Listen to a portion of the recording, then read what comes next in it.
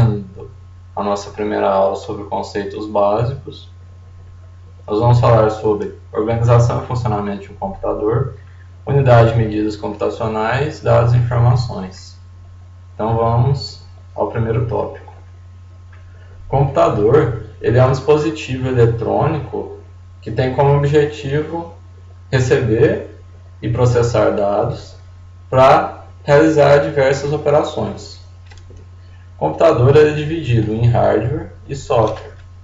O hardware ele é a parte física do computador, ou seja, ele é um conjunto de aparatos eletrônicos, peças e equipamentos que vão fazer o computador funcionar. Já o software são todos os programas que permitem realizar algum tipo de atividade com o objetivo de atender a necessidade do usuário. Pode ser tanto aqueles programas que são fornecidos pelo fabricante do computador, quanto os que são desenvolvidos pelo usuário. Uma maneira fácil de entender a diferença entre hardware e software é que o software é aquele que a gente xinga e o hardware é aquele que a gente chuta. Vamos falar da arquitetura de um computador da maneira bem básica. Então vamos começar pela unidade de entrada e a unidade de saída. A unidade de entrada ela tem como objetivo fornecer dados para o computador. E a unidade de saída tem como objetivo mostrar os dados processados ao usuário. Então, como por exemplo de dispositivos da unidade de entrada, nós podemos citar o teclado, mouse, microfone, uma câmera. E como exemplo de dispositivos da unidade de saída, nós podemos ter um monitor, uma caixinha de som, uma impressora. Agora nós temos a unidade central de processamento. Ela é dividida em duas partes, unidade lógica aritmética e unidade de controle. A unidade lógica aritmética ela vai ser responsável pela realização de operações lógicas, como por exemplo OR, AND, NOR e operações aritméticas, operações matemáticas, que são as operações matemáticas como soma, subtração, multiplicação, divisão. E nós temos a unidade de controle, que ela é a unidade que vai coordenar todas as operações da unidade lógica aritmética. Ela também vai gerenciar o fluxo de dados entre os demais componentes da arquitetura. Para facilitar a comunicação entre unidade de controle e unidade de lógica aritmética, nós temos os registradores, que nada mais são do que uma memória de pequena capacidade, porém de alta velocidade, e que vai facilitar essa comunicação. Esses registradores, eles permitem o armazenamento de dados, que vão ser os resultados intermediários das operações realizadas na unidade lógica aritmética, e eles também podem guardar instruções, como por exemplo, o contador de programa, que ele vai armazenar a próxima instrução a ser executada, e o registro de instrução, que vai armazenar a instrução que está em execução.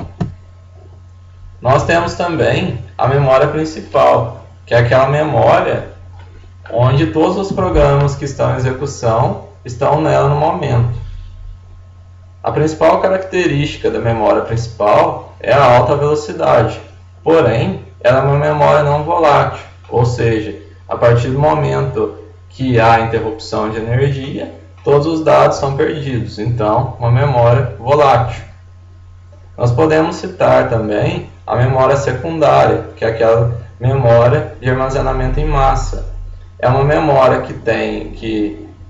onde ficam armazenados definitivamente todos os dados, porém ela é uma memória mais lenta em relação à memória principal. Vamos falar agora das unidades de medidas computacionais. A representação numérica que é entendida pelo ser humano é a representação numérica decimal, ou seja, os números entre 0 e 9. Porém, o computador ele vai representar suas informações através de valores binários. Ou seja, tudo que a gente assiste, que a gente escuta, que a gente cria no computador, ele vai ser processado através de sequências de zeros e uns. O 0 ele representa um valor falso ou desligado, e o valor 1 representa o valor verdadeiro ou ligado. Então nós temos o bit, que nada mais é a representação numérica desses valores 0 e 1. A partir do bit, nós temos o byte, que é a menor unidade que o computador consegue trabalhar em termos de armazenamento e de transmissão. Ou seja, o byte ele é uma sequência de 8 bits e que é a menor unidade que pode ser armazenada no computador. Eu consigo armazenar um byte na memória, mas eu não consigo armazenar um bit. Eu consigo transmitir um byte, mas eu não consigo transmitir apenas um bit.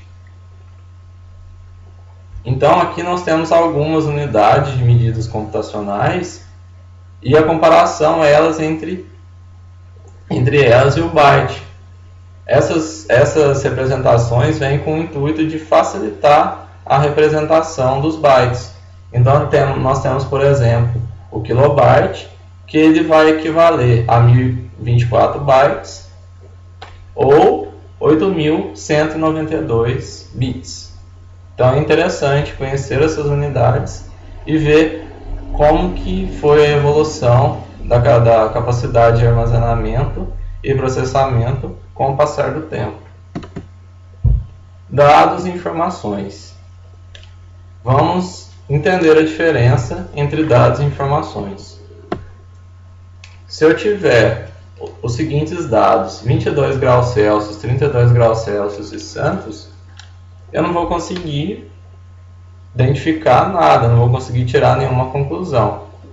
Porém, se eu processar esses dados e chegar à seguinte informação: as temperaturas mínimas e máximas registradas em Santos hoje foram 22 e 32 graus Celsius. Já a informação eu consigo tirar alguma conclusão, eu consigo utilizar essa informação para alguma coisa. Então, a diferença básica entre dados e informações é que eu não consigo concluir nada a partir de dados, mas a partir do momento que esses dados passam por um processamento e geram informações, eu consigo tirar uma conclusão sobre a informação. Então, mais um exemplo: Luiz, Maria e Carlos e 12. Esses dados vão passar pelo processamento e vão ser dadas as seguintes informações: Luiz é casado com Maria, Carlos é filho de Luiz e Maria, Carlos tem 12 anos. Então é isso. Obrigado pela atenção e até a próxima.